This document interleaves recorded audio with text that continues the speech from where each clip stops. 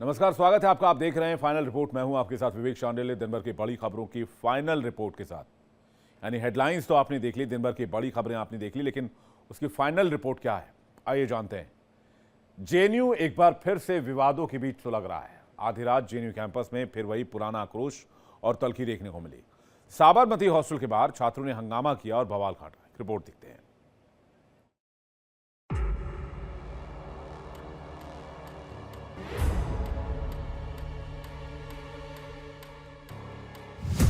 JNU में फिर हल्ला बोल, आधी रात फिर मचा बवाल, नारेबाजी से सियासी उबाल, कब्र खोदने की बात, देश से विश्वासघात।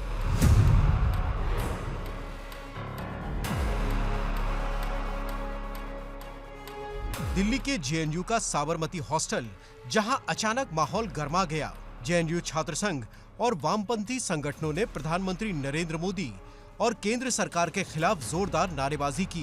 प्रदर्शन की वजह दिल्ली दंगों के आरोपी उमर खालिद और शर्जिल इमाम को सुप्रीम कोर्ट से जमानत नहीं मिलना।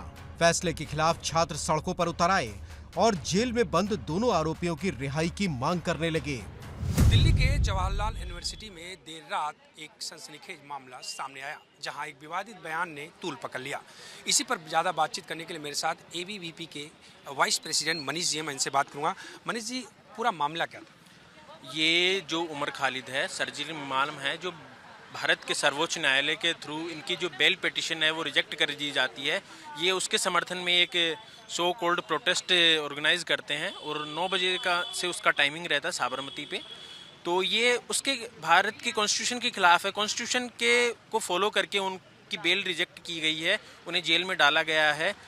उसी कॉन्स्टिट्यूशन के खिलाफ ये नारेबाजी करते हैं कि गृह मंत्री के खिलाफ नारे लगाते हैं, भारत के प्रधानमंत्री के खिलाफ नारे लगाते हैं। कैंपस में पीएम मोदी के विरोध में नारे भी लगाए गए। प्रदर्शन इतना उग्र था कि साबरमती हॉस्टल के बाहर काफी देर तक अफरा तफरी का माहौल रहा।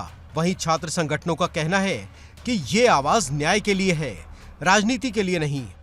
एबीवीपी ने इस प्रदर्शन को देश विरोधी मानसिकता करार दिया और जेएनयू प्रशासन पर सवाल खड़े किए।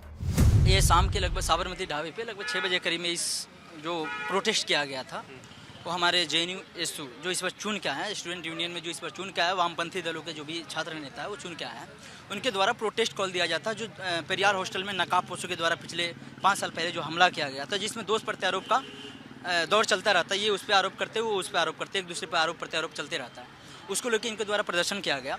अब प्रदर्शन करते करते पहले इन्होंने नारेबाजी किया उस प्रोटेस्ट को लेके, फिर उसके बाद वेनेजुएला पे जो अमेरिका द्वारा हमला किया गया उसको कंडेम के लिए किया गया। अचानक से इनके अंदर की लाइमलाइट की खीरा जो है जग जाता है और ये उमर खालिद और सर्जिल इमाम के सपोर्ट में नारेबाजी शुरू कर देते हैं। इस पूरे मामले पर केंद्रीय मंत्री गिरिराज सिंह का तीखा बयान भी सामने आया। गिरिराज सिंह ने कहा कि जेएनयू में एक बार फिर टुकड़े टुकड़े गैंग सक्रिय हो गया है और देश के खिलाफ नारे लगाने वालों पर देशद्रोह का मुकदमा चलना चाहिए। ये जेएनयू को टुकड़े टुकड़े गैंग, राहुल गांधी जैसे देश विरोधी मानसिकता वाले और सभी, चाहे आरजेडी हो, चाहे टीएमसी हो, चाहे वाम दल हो, ये टुकड़े टुकड़े गैंग का एक कैंप ऑफिस बन गया, कार्यालय बन गया है। और भूले नहीं, ये भारत है, नरेंद्र मोदी का भारत है, 21वीं सदी का भारत है।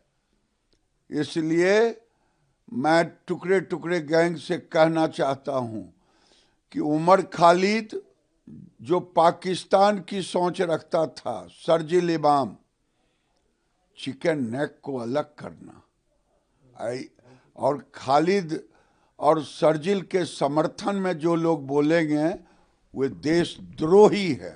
ऐसे लोगों पर देशद्रोह का मुकदमा चलना चाहिए। गौरतलब है कि ये पहला मौका नहीं है जब जेएनयू देश विरोधी नारों और राजनीति को लेकर विवादों में घिरा हो। हर बार सवाल वही कि क्या ये अभिव्यक्ति की आजादी है या कानून व्यवस्था को चुनौती। फिलहाल विश्वविद्यालय प्रशासन की ओर से कोई आधिकारिक बयान नहीं आया है, लेकिन जेएनयू का सियासी तापमान एक बार फिर चरम पर है।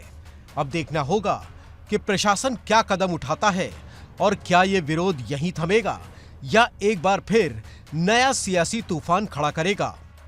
छात्र हैं, किसी संगठन से नहीं, लेकिन इनका साफ तौर पर मैसेज है, संदेश है कि जो स्थिति होती है, जिस तरह से राजनीति की जाती है, जिस तरह से किसी देश विरोधी नारे लगाए जाते हैं, जिस तरह से देश के प्रधानमंत्री के खिलाफ नारेबाजी की जाती है, इस पर कहीं न कहीं जेएनयू प्रशासन को सख्त कार्रवाई करनी चाहिए। ये कहना है स्टूडेंट का, जो छात्र है, ये इनका साफ तौर पर एक मैसेज है, संदेश है कि जिस तरह की जो चीज़ें होती हैं, इससे कहीं न कहीं राजनीति से हट करके इस पर एक्शन लेना चाहिए कि ये देश विरोधी चीज़ें जेएनयू कैंपस के अंदर ना हो। इस पर जेएनयू प्रशासन को लेकर के कार्रवाई करना चाहिए। कैमरा पर्सन रविंदर के साथ मैं पंकज राय, इंडिया डेली, दिल्ली। अच्छा, यूपी में एसआईआर ड्राफ्ट जारी हो गई है। इसमें 2,89,00,000 जो मतदाता हैं, 18% जो मतदाता हैं, उनके नाम हट गए हैं। अब प्रदेश में 12,55,00,000 मतदाता बचे हैं। कांग्रेस ने इस पर सवाल उठाना शुरू कर दिया है। कांग्रेस सांसद प्रमोद तिवारी ने इसे लोकतंत्र की हत्या बताया है। एक रिपोर्ट देखते हैं।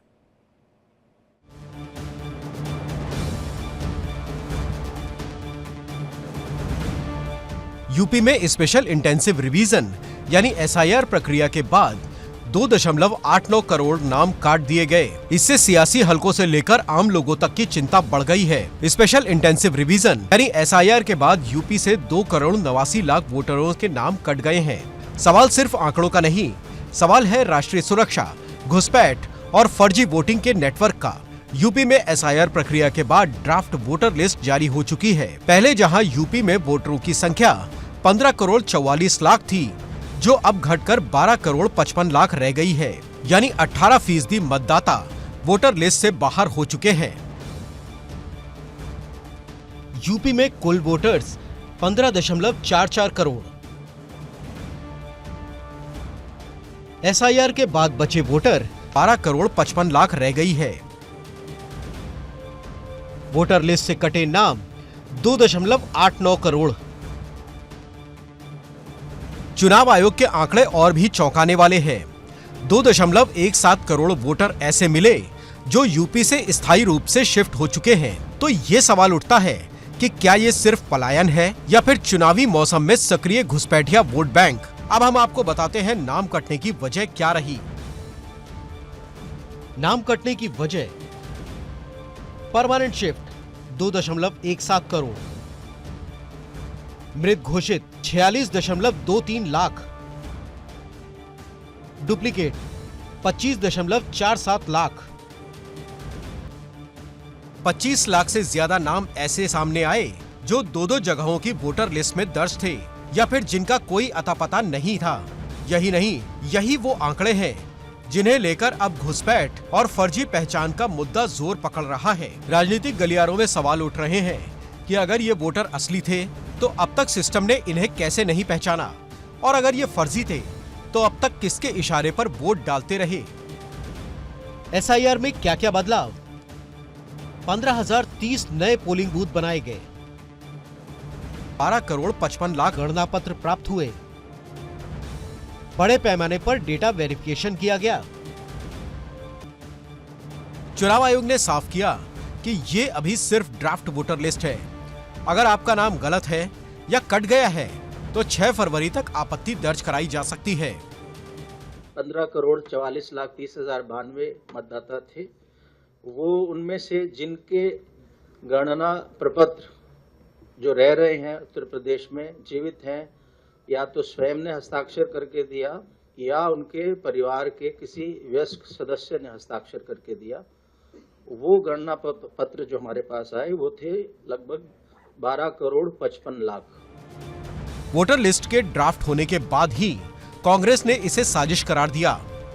कांग्रेस की ओर से अजय राय ने कहा कि ये बड़ी साजिश है और इसकी जांच होनी चाहिए।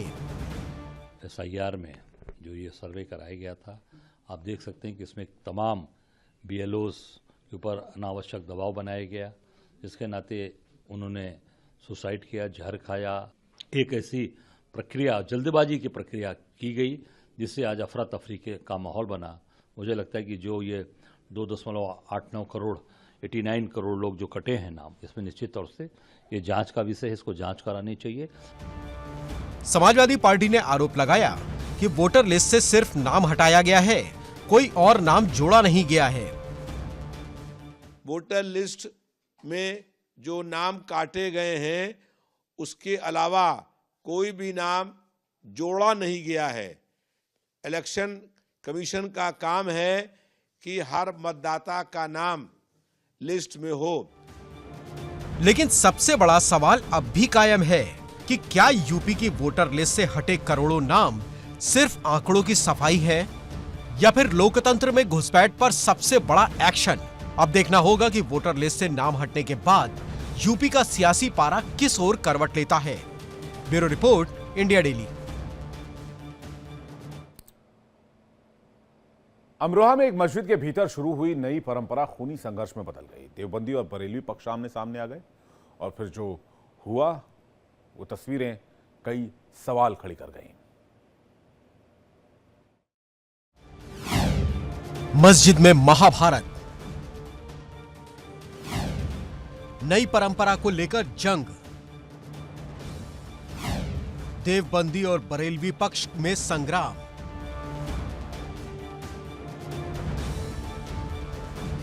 अमरोहा देहात थाना क्षेत्र का तेलीपुरा माफी गांव, जहां सोमवार की सुबह फज्र की नमाज के बाद मस्जिद अचानक रण क्षेत्र में बदल गई।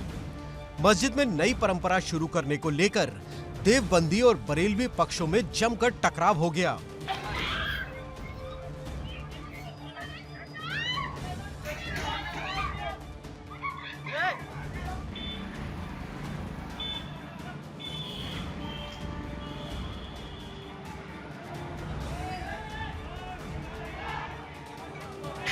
आरोप है कि बरेलवी पक्ष के लोगों ने मस्जिद के भीतर नई परंपरा शुरू की, जिसका देवबंदी पक्ष ने विरोध किया।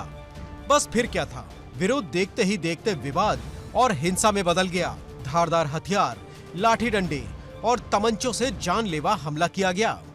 पथराव हुआ और कई लोग गंभीर रूप से घायल हो गए।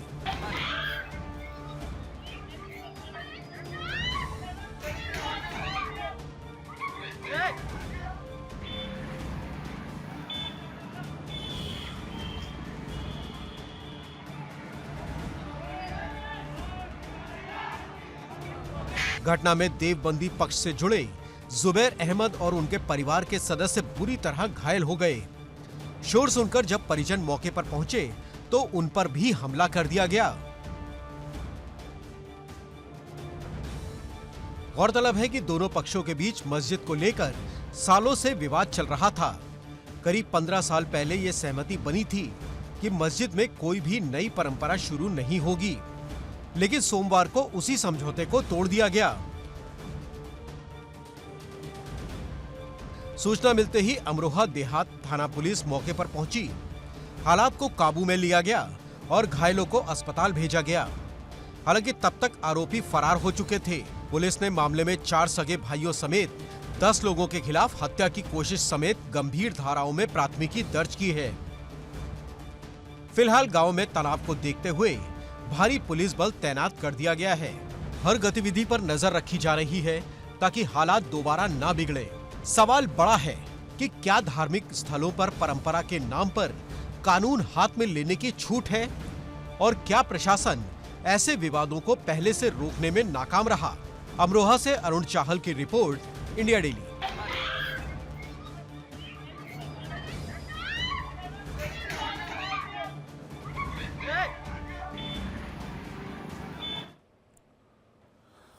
उत्तराखंड में पिछले 1 महीने से राजनीतिक घमासान बहुत तेज है और इसी घमासान पर सियासत शुरू हो गई है।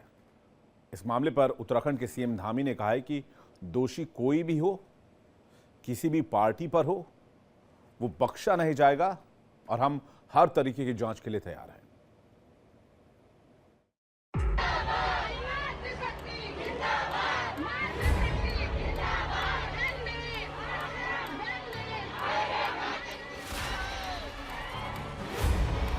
उत्तराखंड में पिछले 1 महीने से राजनीतिक घमासान मचा हुआ है। मामला है अंकिता भंडारी हत्याकांड। विपक्षी दलों के साथ ही तमाम सामाजिक कार्यकर्ता सीबीआई जांच की मांग कर रहे हैं। अब तक इस मामले में बीजेपी के राष्ट्रीय महासचिव दुष्यंत कुमार गौतम ने 2022 के अंकिता भंडारी हत्याकांड मामले में उनको जोड़ने वाली पोस्ट को लेकर कांग्रेस और आम आदमी पार्टी के खिलाफ मानहानि का मुकदमा दायर किया है।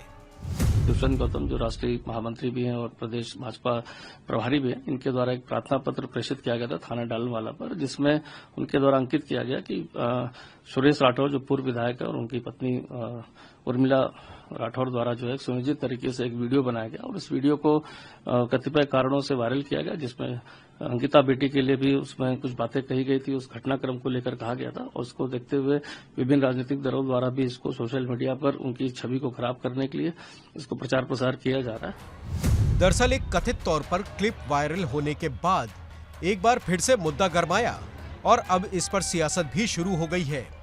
अंकिता भंडारी को न्याय दो, इस नारे के साथ पूरा का पूरा उत्तराखंड गूंज रहा है। लोग सड़कों पर हैं, उद्वेलित है, आक्रोशित है, परेशान है, दुखी है कि कैसे पहाड़ की एक बेटी के साथ इतना अन्याय हुआ। उस बेटी के ऊपर दबाव बनाया गया जिस्म फरोशी का। जब उसने मना कर दिया तो उसकी निर्मम हत्या हो गई और सारे के सारे सबूत छिपाने के लिए तुरंत उस होटल पर बुलडोजर चला दिया गया।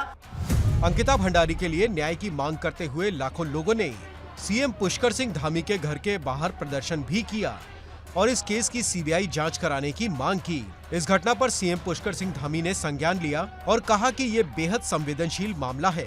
अब जो ऑडियो सामने आया है उस पर जांच के लिए एसआईटी का गठन किया गया है। कहीं भी कोई दोषी होगा तो वो छूटने वाला नहीं है। सरकार हर प्रकार की जांच के लिए तैयार है। जो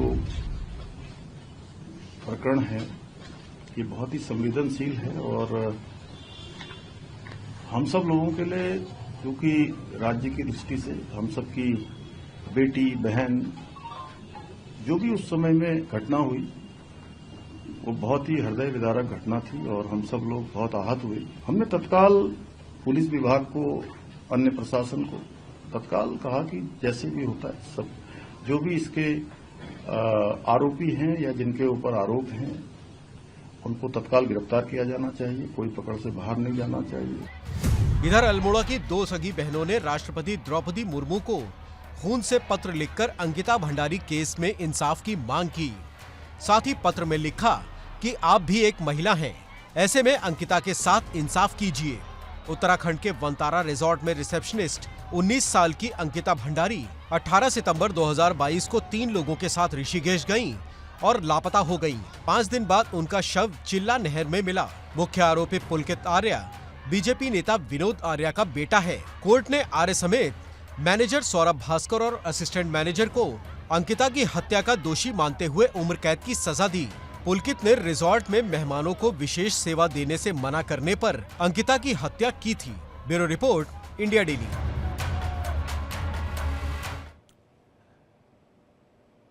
इंदौर में दूषित पानी का मामला लगातार गहराता जा रहा है। कांग्रेस लगातार सरकार पर हमलावर है। दूषित पानी पीने से हुई मौतों को लेकर कांग्रेस ने इंदौर के सभी वार्डों में प्रदर्शन किया। वहीं इस मामले की हाईकोर्ट में सुनवाई भी हुई। कोर्ट ने कहा कि घटना से शहर की छवि को नुकसान पहुंचा और भविष्य में सख्त एक्शन लिया जाएगा।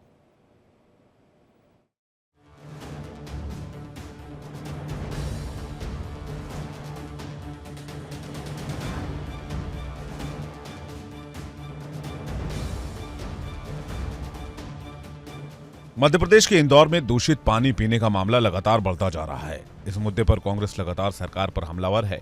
इंदौर के भागीरथपुरा क्षेत्र में दूषित जल से हुई मौतों को लेकर इंदौर के सभी वार्डों में कांग्रेस ने प्रदर्शन किया। प्रदेश अध्यक्ष जीतू पटवारी और नेता प्रतिपक्ष उमंग सिंगार भी प्रदर्शन में मौजूद रहे। रिस्पॉन्सिबिलिटी जो मर गए लोग, जो पीड़ित थे लोग, उनसे मिलने की, उनकी शोक संवेदना में खड़े होने की, उनके लिए देश और प्रदेश में उनकी आवाज उठाने। देखिए, भागीरथपुरा क्यों इतना बड़ा क्या छावनी बना दिया? क्या चाहते हैं? क्या एक जो व्यक्ति मृतक हो गए उन परिवारों से मिलने में इतनी सरकार को क्या परेशानी है? क्या डर है? क्या ज्यादा मौतें हुई है? वहीं मामले पर मध्यप्रदेश हाईकोर्ट की इंदौर बेंच में 4 से 5 याचिकाओं पर एक साथ सुनवाई हुई। इसमें दूषित पानी से जुड़ा मामला मुख्य रूप से उठाया गया। कोर्ट ने कहा कि इस घटना ने शहर की छवि को बहुत नुकसान पहुंचाया है। इंदौर देश का सबसे स्वच्छ शहर है, लेकिन अब दूषित पेयजल की वजह से ये पूरे भारत में चर्चा का विषय बन गया है। कोर्ट ने कहा कि सिर्फ इंदौर ही नहीं बल्कि पूरे प्रदेश में स्वच्छ पानी जनता का मौलिक अधिकार है। इस अधिकार से किसी भी हाल में समझौता नहीं किया जा सकता। हाईकोर्ट ने यह भी कहा कि यदि भविष्य में जरूरत पड़ी तो दोषी अधिकारियों पर सिविल और क्रिमिनल लायबिलिटी भी तय की जाएगी।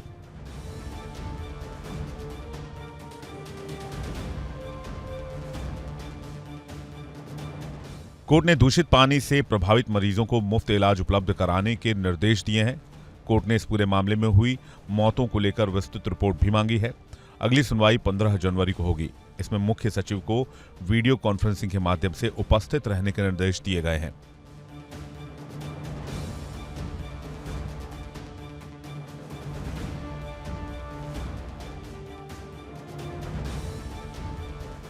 दूषित पानी पीने से अब तक 17 लोगों की मौत हो चुकी है। अभी अस्पतालों में 110 मरीज भर्ती हैं। अब तक कुल 421 मरीजों को अस्पताल में भर्ती किया जा चुका है। इनमें से 311 मरीज अस्पताल से डिस्चार्ज किए जा चुके हैं। आईसीयू में 15 मरीजों का इलाज चल रहा है। Bureau report, India daily.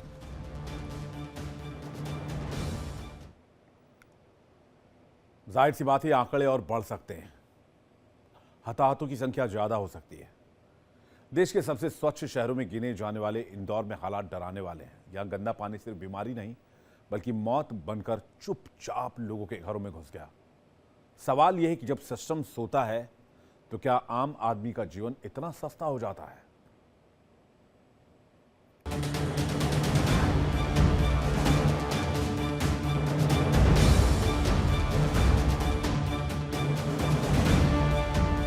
Madhya Pradesh के इंदौर शहर का भागीरथपुरा इलाका, जहां पानी जीवन नहीं मौत बांट रहा है,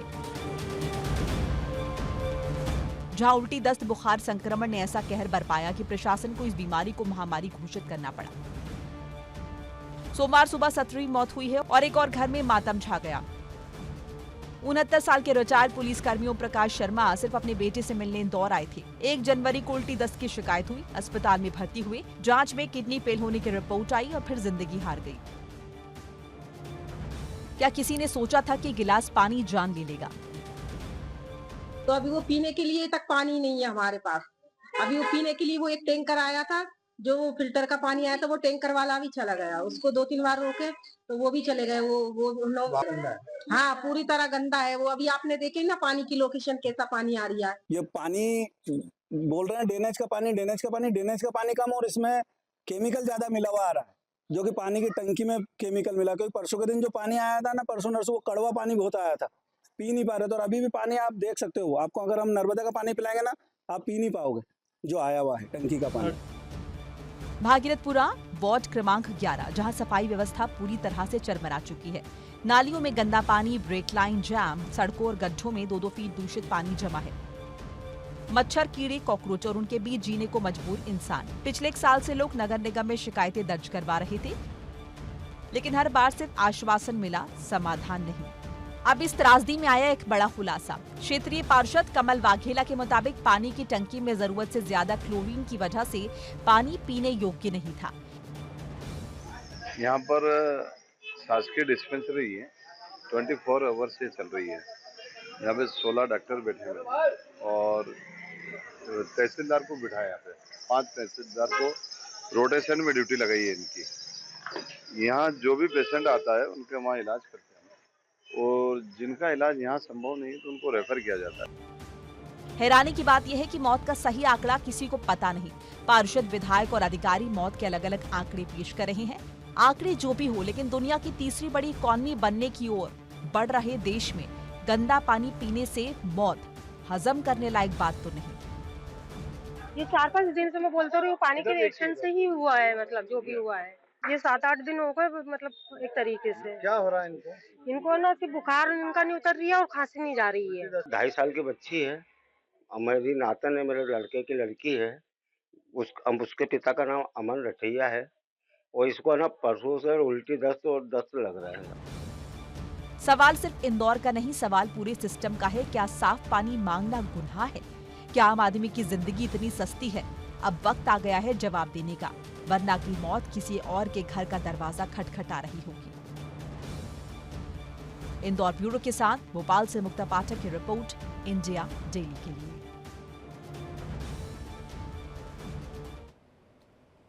इंडिया डेली आपकी स्मार्ट टीवी पर भी मौजूद है। इंडिया डेली 24/7 देखिए अपने स्मार्ट टीवी पर लाइव और लगातार।